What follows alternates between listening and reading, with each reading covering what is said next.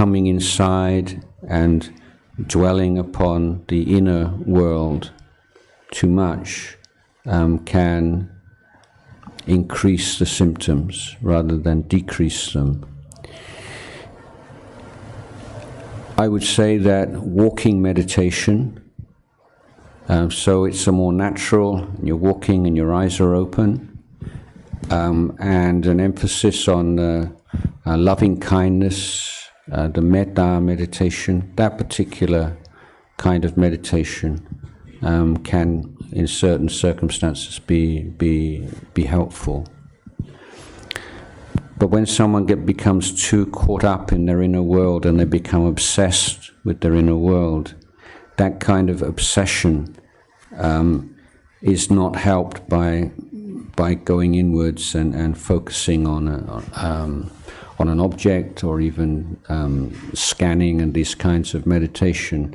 It's not that you give up on the Eightfold Path, but it's that particular element of the Eightfold Path that you just put to one side for the time being, and you emphasize dana and giving and sharing and doing things together, working, and just sort of reconnecting with the world around in a wholesome way and receiving kindness and generosity from others. So that in certain cases there may be need for medication as well. Again, depend rather on the person and on the individual, the ailment involved.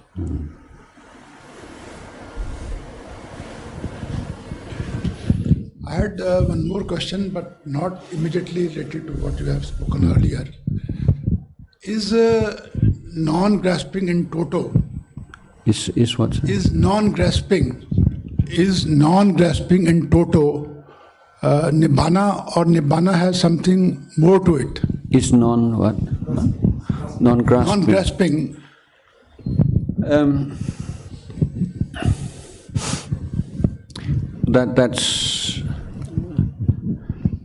That's one way. It's one idiom. So grasping in this particular context refers to grasping at any of the five khandhas of form, feeling, perceptions, thoughts, emotions, sense consciousness as being self. So there's no ownership of identification with the body and mind. But it would be too much to say that's what Nibbana is, but that's one of the expressions of the mind which has realized the deathless. So the Buddha did speak about the deathless realm, and another way of speaking about the mind which has realized the deathless is derived from looking at the Buddha himself and what are the distinctive qualities of the Buddha. And we focus particularly on wisdom and compassion and purity. So we say, like, the mind that's realized Nibbana is a mind is perfected in wisdom, perfected in compassion, perfected in purity.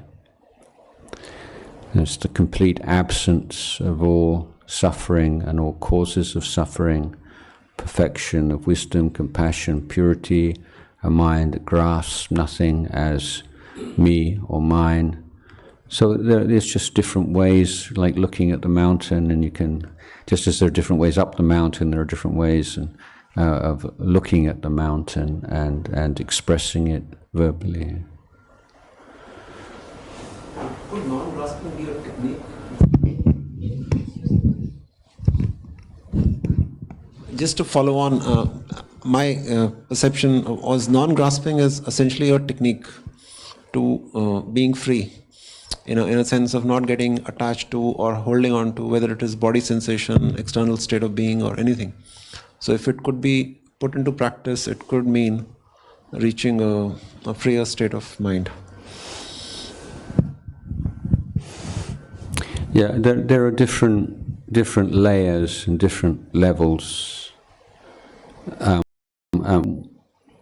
For instance, if we look at the abandonment of the fetters by the stream enterer, then the stream enterer is one that abandons Sakkaya Ditthi, the view, the belief, identification with body and mind as being self or not self. So that's non-grasping.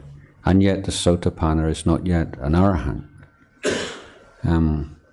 Because of mana, conceit, and so these defilements are increasingly subtle levels.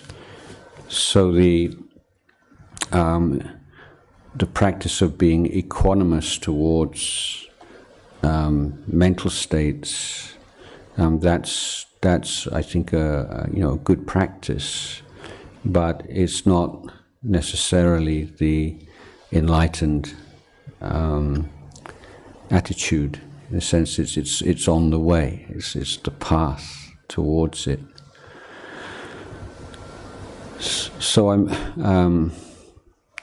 it's a subtle point in itself, the difference between being mindful of mental states and the freedom from identification with them or taking possession of them as me and mine. I think all I can say is that it becomes just an increasingly profound practice. I guess the point I'm trying to make is that kind of vipassana approach in itself is not in itself non-grasping, but it is a path towards it.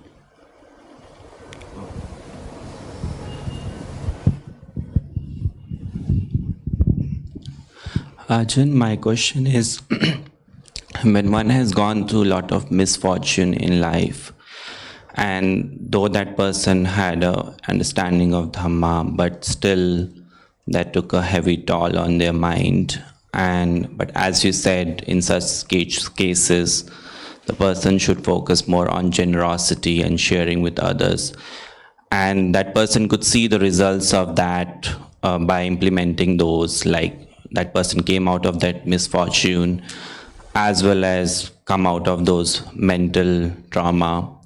But at the same time, the person may have a lot of fear inside that like such things may not happen again, and that also kind of acts as an incentive to propel that person to continue focusing on wholesome deeds so that they don't fall into that misfortune, or at least the impact is mitigated. So my question is it wise to have such kind of fear that drives that person to do such things? And if not, that how can that person overcome that fear and yet keep on doing the wholesome deeds? I think initially, that kind of fear can be a motivation, but that through the practice of goodness and good actions based on right view, then the less wholesome intentions gradually just fade out. So it's not that you begin with an unwholesome intention or a less than pure intention or not so wise intention. It's more of an instinct to escape from some discomfort. But it's not that intention necessarily is sustained through the practice. So if you start giving and sharing one of the reasons why it's a foundation practice is because it gives very immediate and obvious benefits. There's joy that comes from giving, and you see the joy in itself, and that reward starts to take precedence over the fear. Also, as we become more skilled in meditation, then the roots of fear and fear as a phenomena that arises in the body and mind is we start to understand this, and when we begin to learn how to be with that fear and not react to it. So again, with the idea of the poisoned arrow, there's one thing is the fear, but there's the fear of the fear and not wanting to feel fear, and that exaggerates the fear. But you think, yeah, you're afraid, you have fear. What is that? How does it feel to be afraid? What is it? So my simile is that to begin with, when we have these very strong negative emotions, it's like we're on this little boat in the middle of this stormy ocean, and we feel any moment like the ocean's going to capsize our little boat. That's how you feel. But when you start to practice with dana and sila and pavana, particularly with meditation, there comes a point where you feel this change, and now it's like the fear or the emotion is the boat, and you're the ocean. And the ocean is like sort of very choppy on the top, but you go down a little bit and it's still. So you still have this like little boat on the ocean, but now rather than being the boat, you're the ocean.